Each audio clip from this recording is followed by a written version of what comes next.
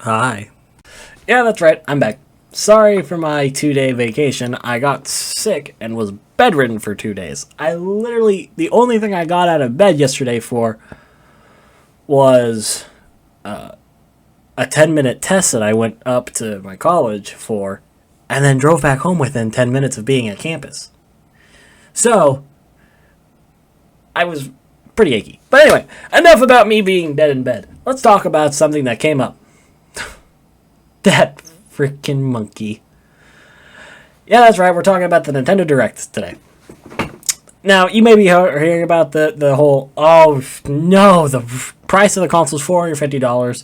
The games are going to be 80 digitally and 90 physically. Yeah, Nintendo, stop that. I need you to knock it the hell off. But let's talk about the good, the awesome that Nintendo did. Let's start with some of that. Let's go with that before we get mad at Nintendo, shall we?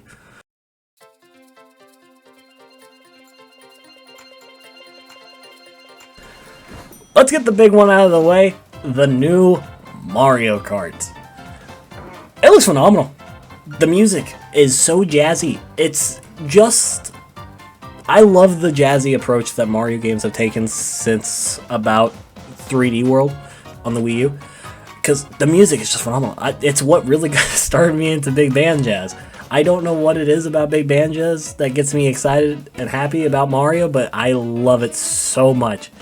And the fact that they're bringing unique costumes for each of the characters, and there's going to be 24 racers on the track at all times now, instead of the standard basic 12. I think that's really cool. Really expands how much you actually have to pay attention in the race and how much you actually have to race.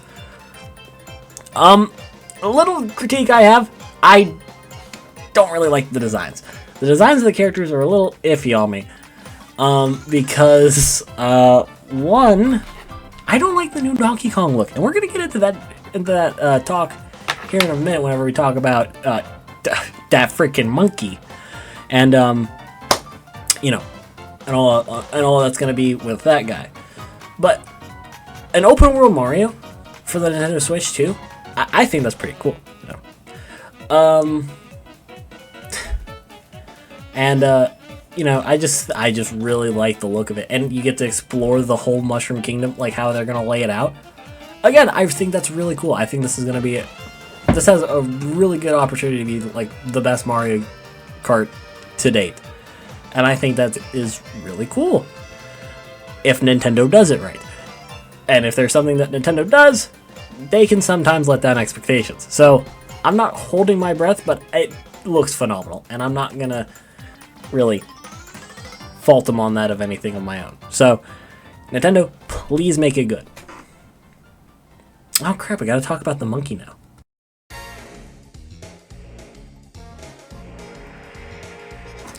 That's right, Donkey Kong is back. God.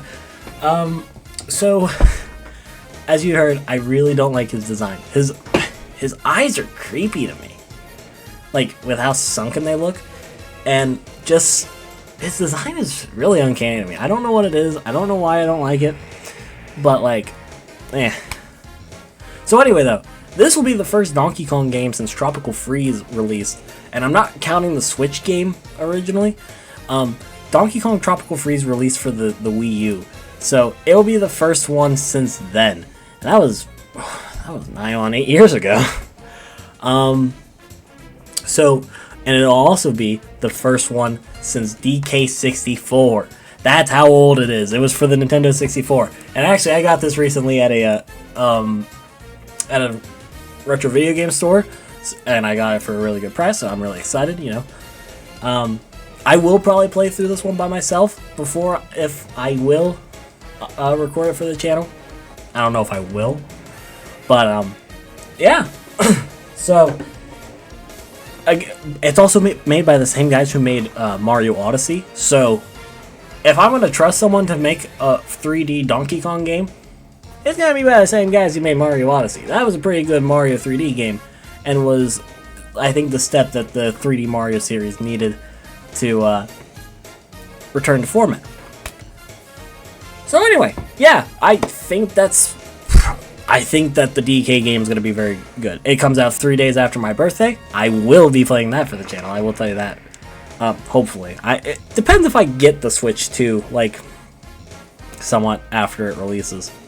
Because it's a good release time, because it comes out sometime around my birthday, so excited for that. Just not excited about that price tag. God, $450! Are you kidding me, Nintendo? Anyway, let's talk about the load of like, oh, I'm blanking on the name, external developers and what games are coming to the Switch close to release or a little after. So let's talk about them.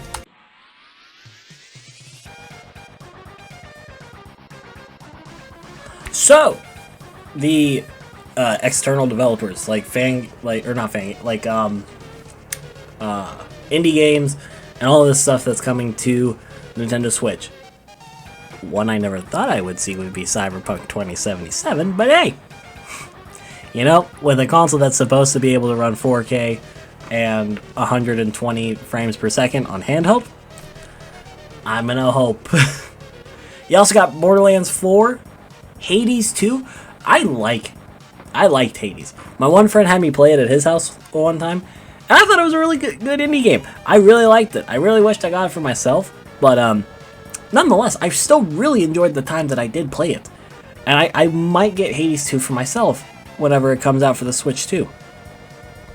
Split Fiction, another good multiplayer game that I can't play because I don't know if any of my friends will actually play it with me. Then you also have Street Fighter 6, and you also have Final Fantasy 7 Intergrade. I think that's really cool. I've never been a Final Fantasy guy myself, but it's arguably, if I'm remembering correctly, it's arguably the best Final Fantasy that's been made. And of course, with Cloud being in Smash Bros, it was kind of weird seeing Cloud it was kind of weird seeing that Final Fantasy 7 went to every other new-gen console and didn't come to Switch. So seeing that it's going to come to the Switch too, I think that's really cool. You have Bravely Default and Tony Hawk's Pro Skater 3 8+4. I think that's really cool. Hogwarts Legacy and Sid Meier's Civilization 7. I'm a big nerd for strategy games. I like games like Hearts of Iron and EU4 and Civilization. So I think that's pretty good. That's what I usually play whenever I'm editing. I'm not gonna lie to you guys. I'll just be waiting for my thing to process, and I'll be playing a grand strategy game. Yeah, Elden Ring. That was one I never thought I would see on a Switch console. I never thought a Nintendo console, regardless. I never thought a console from Nintendo within the Switch era would ever be strong enough to play an Elden Ring. So that's pretty cool. And then Project 007. GoldenEye's back! Holy hell! I mean, it's not going to beat that monkey, but, you know, it's got a pretty close chance. Deltarune! 3+ chapters 3 and 4. I was an Undertale kid when I was younger. I'm not going to lie. I liked Undertale. I liked the music. I liked the story. It's all very good. I never got too deep into the fandom, but never got into Deltarune. So, ugh. And then just a bunch of. So you're not gonna really be starved of choice whenever the Switch 2 comes out, in terms of indie games. But another thing that kind of gets my gripes here, and I'll talk about that here in a second, is just the main party stuff. Not really a lot you can do. And, like, you can play your Switch 1 games on your Switch 2. But you gotta pay a $30 upgrade. That sucks. That, Nintendo, I own the game. Let me just upgrade it. Sony lets me do it for free. The hell's wrong with you? So, that's my main gripe there. But, Anyway, last thing I really want to talk about. Nintendo Classics. Let's move on to that.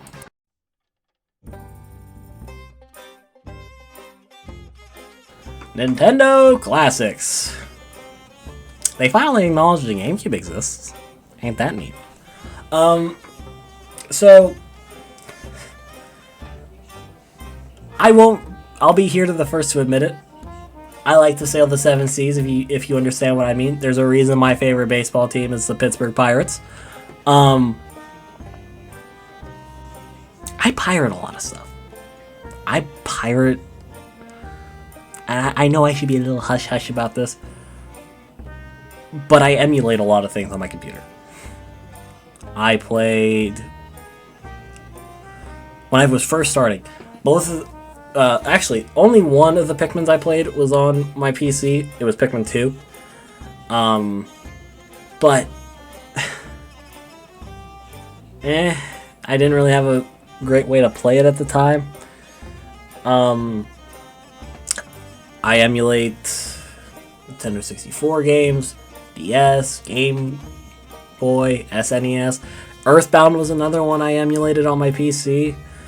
I'm trying to really think. I don't know exactly what else I've emulated, but there's a reason I don't have a Nintendo Switch Online. I don't really need it.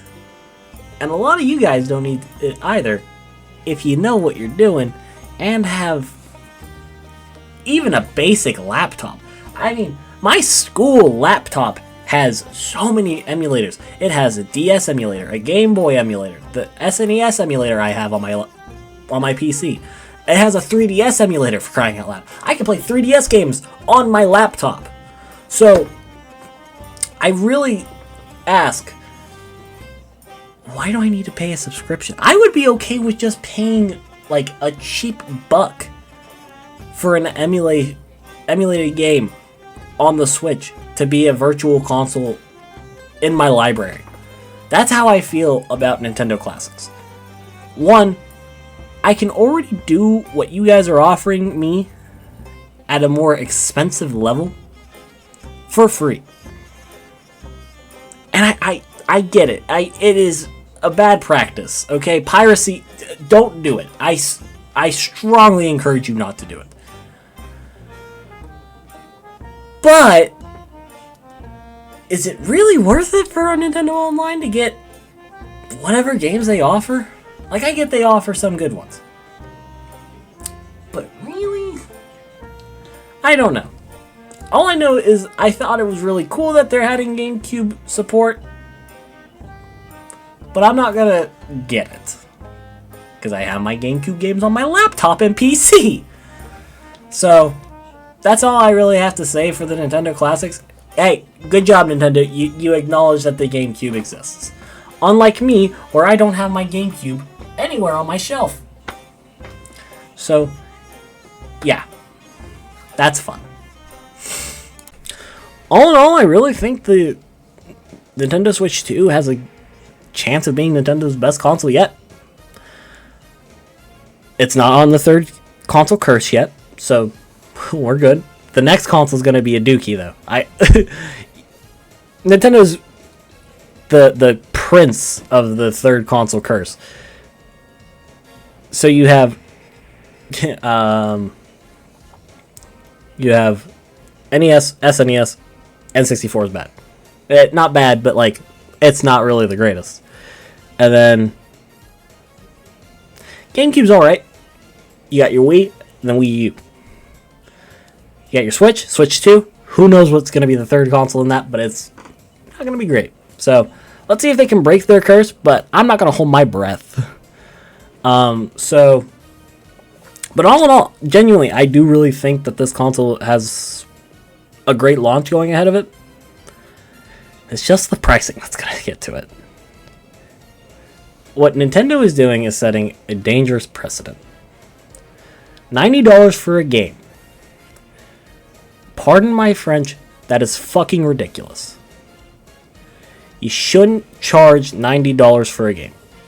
Physically. $80, that's even worse. Because digitally, And I had this discussion with my father earlier. Digitally, game companies can be like, you don't have the right to this game. We have the right to take it away from you at any moment in time we feel like it, because maybe the game's not doing well, maybe the game isn't to standards, we're going to take it away. And I think that's stupid, because I paid the price for it. It's my game. You should not be allowed to take it away from me. And that's just my 2 cents on the whole, how Microsoft does it sometimes, how Sony does it sometimes. I think even Nintendo has done it before, where they have stripped users away of their games. And that's why I'm talking to the camera directly. So, anyway, genuinely, I do think Nintendo is trying to make a great console here. The pricing might be what kills it. And I love Nintendo with every fiber of my being. There's a reason why I have so much Nintendo stuff decorating my room. I have my SNES, my NES. Usually my N64 is here, but I'm playing it right now outside of this recording. I have my handheld consoles right here, plus my minis and my Wii. So, again, I genuinely believe that Nintendo is trying to make the best experience for you. But a price cut is what this console is going to need if it is going to live. And that's just my 2 cents. But what the hell do I know about running a company or running a game development? Because at the end of the day, I'm a college student rambling on the internet. And I think it's genuinely what you all need.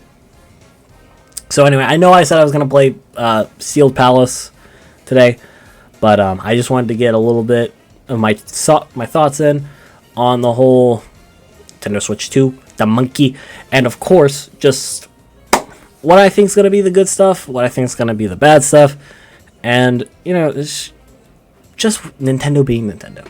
So, anyway, of course, as always, I have been your Vintage Stick, and remember to keep it sticky. Bye-bye, everyone!